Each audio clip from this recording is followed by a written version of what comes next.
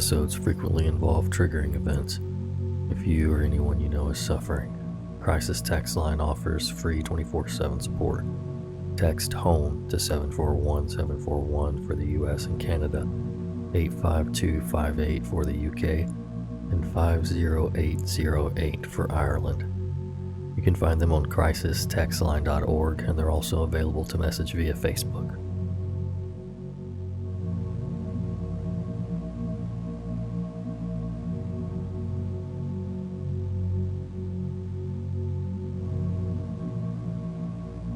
Hello again, Nightmare Society.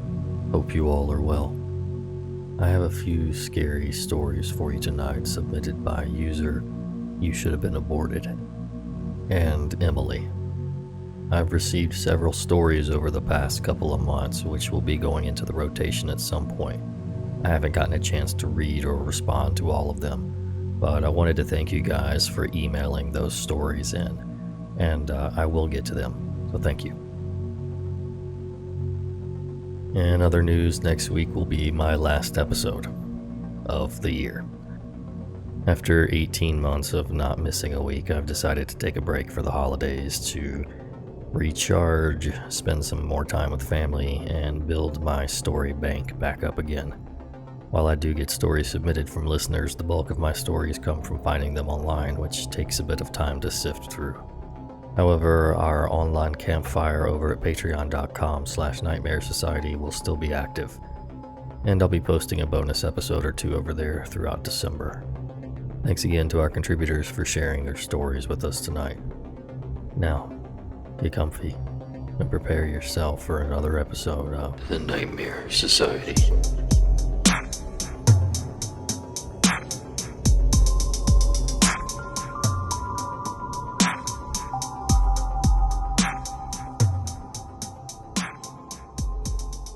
When I was old enough to be home alone, but still at that young age, I lived in a court in a lower-end middle-class neighborhood at the time. It was a small developing town, right before the boom of city growth. A place with one grocery store in the middle of town. So a pretty quiet place where kids would play from sunrise to late in the dark of night with no real worries. To better explain, my court was a U-shape with like 8 houses in it. Really one way in and out. I and my friend lived across the street from each other right before the curve rounding of the U-court. We were both 3 houses away from the exit of it. The main street that connected to our court wasn't a crazy busy street. We could play in the main street for hours and only run into the people who lived in our court driving in. That's how dead the area around the court was to the public. No one came around unless to visit our court. No one really had a reason to be driving or walking by our court because there were better ways to the other homes around us off the main busy roads. Going past our court is going out of your way to do so. I should also add my friend's parents were not friendly and hated people coming to their house, so we only ever went over to my house or played in our court, which is important for later. It was Halloween and I had decided to stay home and trick-or-treat my neighborhood with my friend Ashley, who lived across the street. It was late Halloween, the kids had gone home hours ago. The streets were dead silent except for us. My family had left earlier to one of the rich neighborhoods to get some of the awesome large king-size chocolate bars. They were going to hang out at a friend's house afterward, then be home late or spend the night, wherever the night would take them. I didn't want to hang out with my younger siblings and their younger friends. I wanted to hang out with Ashley, so I asked to stay home alone. My mom agreed with the promise that I would go in and lock the house as soon as she went in. I agreed. It was close to 10 or 11 at night, so our night went great and it was dying down with her waiting for her parents to eventually call her in for bed. Ashley was hanging out with me as we sat on the curb in front of my house talking, which being in that preteen stage was a common occurrence. When we noticed this middle-aged man walk past the end of our court looking around, He paused, noticing us. The man slowed down, stared at us for a bit as he walked. No big deal, but something was off. I can still remember what he looked like because I remember how odd seeming he was. Because we grew up in a small town where everyone knew everyone, and I didn't recognize this man. He was a white, average man with a beer belly. It was dark, but I could make him out under the street lights as he casually passed our court. He did not look like he was a local. Ashley asked if I knew him as I shook my head no before we obviously went back to talking. Something about him made her start to keep an eye on the court entrance. He's walking by again. Ashley would repeat when she noticed him walking by again and again and again. That guy wasn't dressed for a long walk or a jog, wearing a tan jacket, dark blue jeans, and what looked like heavy work boots. I don't imagine he planned on going on a long walk with those. But we were dumb kids and we ignored these red flags. Until the 5th time. Then we got a little freaked out. Hey, that guy passed by again. Ashley frowned as I turned my back to the entrance of the court as I talked to her. He wasn't walking anymore, casually standing under the street light at the entrance of our court on the same side we were, staring. I remember how awkward he seemed, shoving his hands into his pockets trying to act casual, except for the fact that he just kept staring at me. We were really creeped out. He kept looking around at the empty street quickly and then back at me before he went back to walking past our court. Something inside me told me to leave. Again, he didn't look creepy. He looked like a typical white suburban dad. It was his eyes. It was him just staring at me. I'm creeped out. Let's go inside before he comes back. I remember Ashley breathing before we got up. We tried our best to ignore our fear since he was gone again. I walked her across the street to her home. To add, I was the friend that was like a mom to everybody. I always made sure they got home okay before myself. Yeah, you most likely see where this is going. I walked her to her house across the street before I headed home myself. Everything was fine. I quickly ran across the street to my house, happy to get to freedom. I turned the knob of my front door, quickly trying to get into the safety of my home when I felt the doorknob refuse to turn.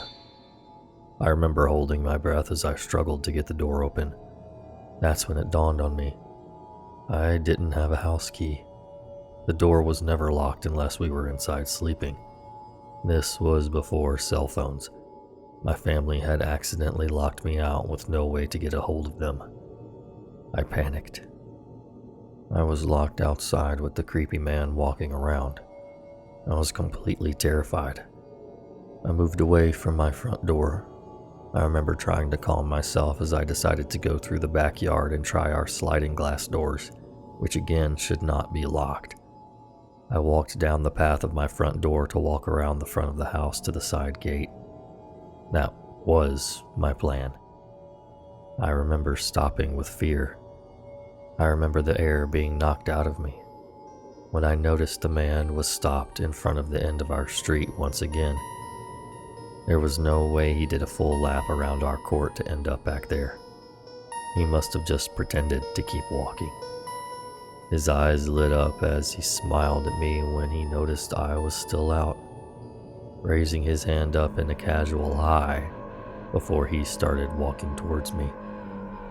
His steps toward me were casual steps, like he was just taking a walk, but he was staring at me. I panicked at his movements towards me and bolted across the street to Ashley's house, abandoning all attempts to break into my own house. I remember thinking that Ashley's house is the only one with signs of life, and I really needed an adult right then. I remember running as fast as I could, getting up the stone step walkway to the door. I pounded in panic, pushing the doorbell repeatedly, Ashley opened the door, confused by the panic look on my face. Ashley, I'm locked out and he's coming. I remember screaming at her, trying to push my way towards her, scared to death. I have to ask my mom. Those words broke me as she quickly closed the door, most likely not realizing the fate she was leaving me to. I remembered crying as the door slammed in my face. In a panic, I turned around, trying to see where the man was, how close he had gotten with my back turned. He had resumed walking the court when I assumed the door was open, now only a house and a half length away from me. The second I looked at him with the door closed, he stopped his casual walking the sidewalk. He instantly started to run towards me, a diagonal through the street, beeline towards me directly. I remember half turning to push the doorbell repeatedly in what felt like a decade of fear, until Ashley's door opened, her hand grabbing my arm and yanking me inside the door, slamming the door quickly with a quick flick of her wrist, locking the lock. I was in tears as she gripped my arm. I remember how desperately we moved to the side windows quickly to see him. I remember how mad he looked at me as he stood inches away from where I once was. He gave me a dirty look, his chest heaving as he slowly backstepped off of my friend's porch and down the walkway. He shoved his hands into his pockets as he turned to face away from us and continued walking out of our court.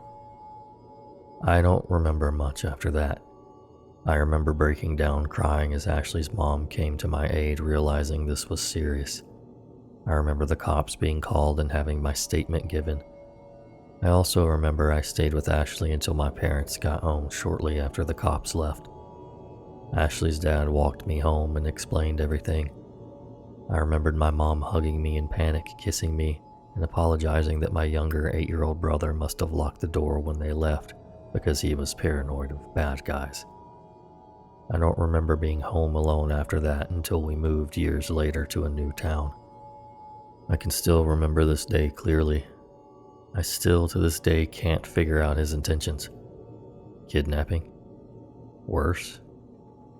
To this day, I can't find a reason that sits well with me. To this day, I still get paranoid at night, especially of smiling strangers.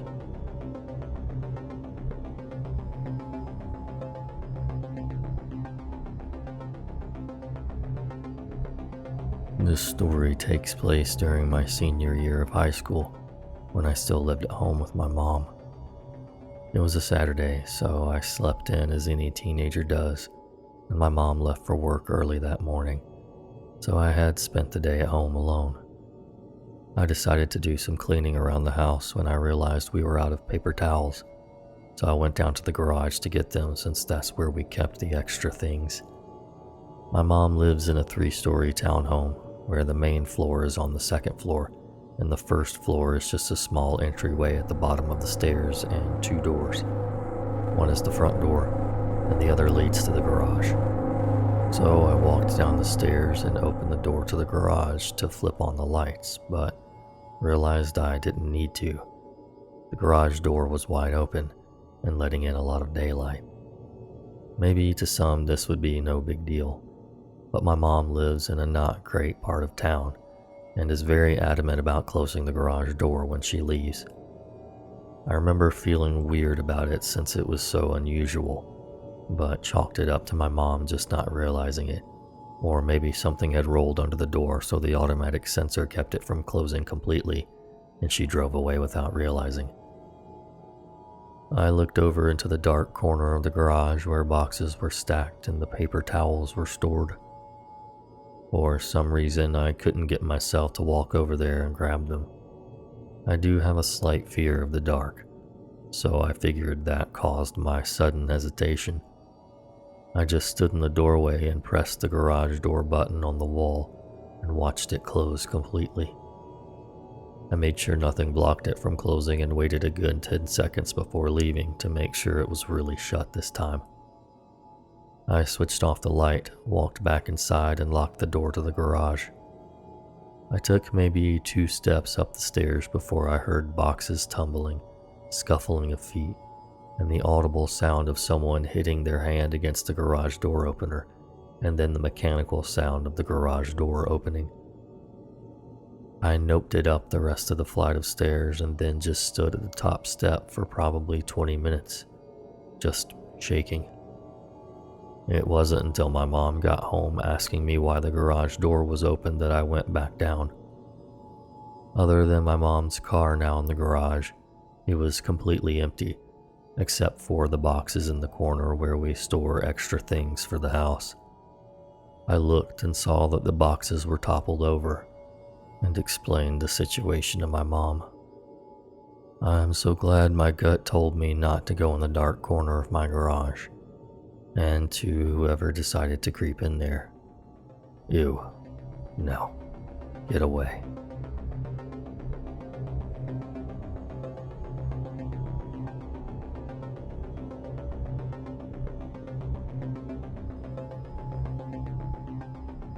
I'm from Nevada, not Vegas, and the area I live in is in the mountains, but it still has a desert-like weather in the summer. My house is along a major highway, which is where this took place. I was probably about 13 when I decided that it was a nice day, and I should go out for a walk around my neighborhood so I could get out of the house. I made it about 2 blocks down when this guy on a bicycle came up to me. He was in his late 30s, but was more likely in his 40s.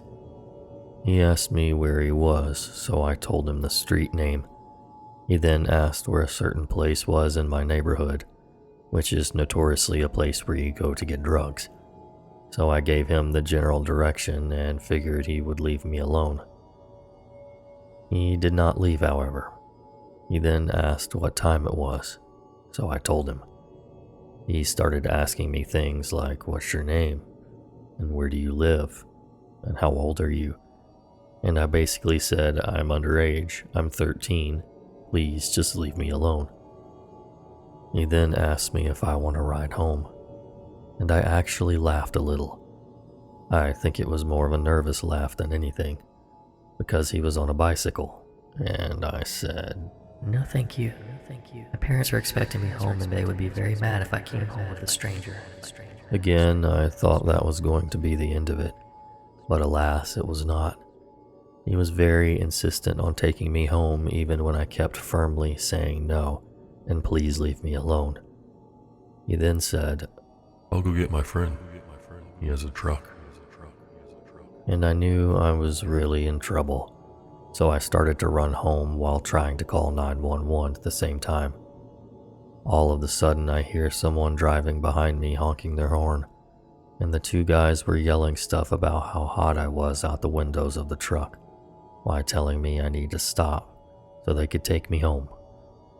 Which, now that I think about it, probably meant their home, not mine. I knew I obviously could not outrun a truck, so I did what seemed like the smartest thing to do. I ran into an empty lot. Let me explain what I mean when I say empty lot. There were no buildings on it, but it wasn't just dirt. It was tons and tons of sagebrush, because that grows like crazy where I am, and it can get about 7 feet tall or higher, depending on what kind it is. I did track for a long time. Even at 13, I was in track, so I was very good at running.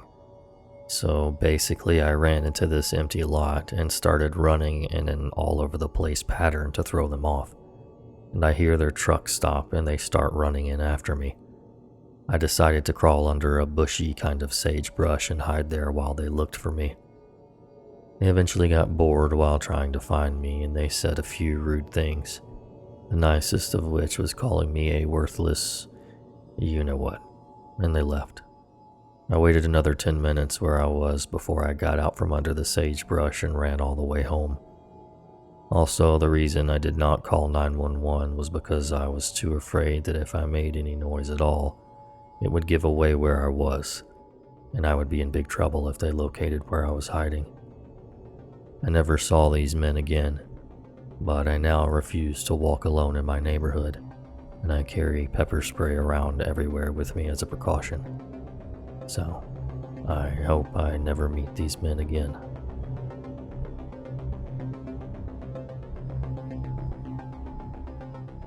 Big thanks goes to our producers for this week's episode: Danielle, Ginger, Mike to the D, Cat OJ, Devin, Savannah, Pixel Donut, Janelle, Michelle, Diane, Joy, Josh, Shorty, Lauren, Rebecca, Araceli, Kaylani Hawaii, Obese J, KDP, Rory, Kaylee, Bradley, Christelle, Brandon, Shelby TX, Lorraine, Courtney, Chris, Heidi, Lila, Jaren, Carol, Holly, World V Bird, and welcome to our newest member, Julia.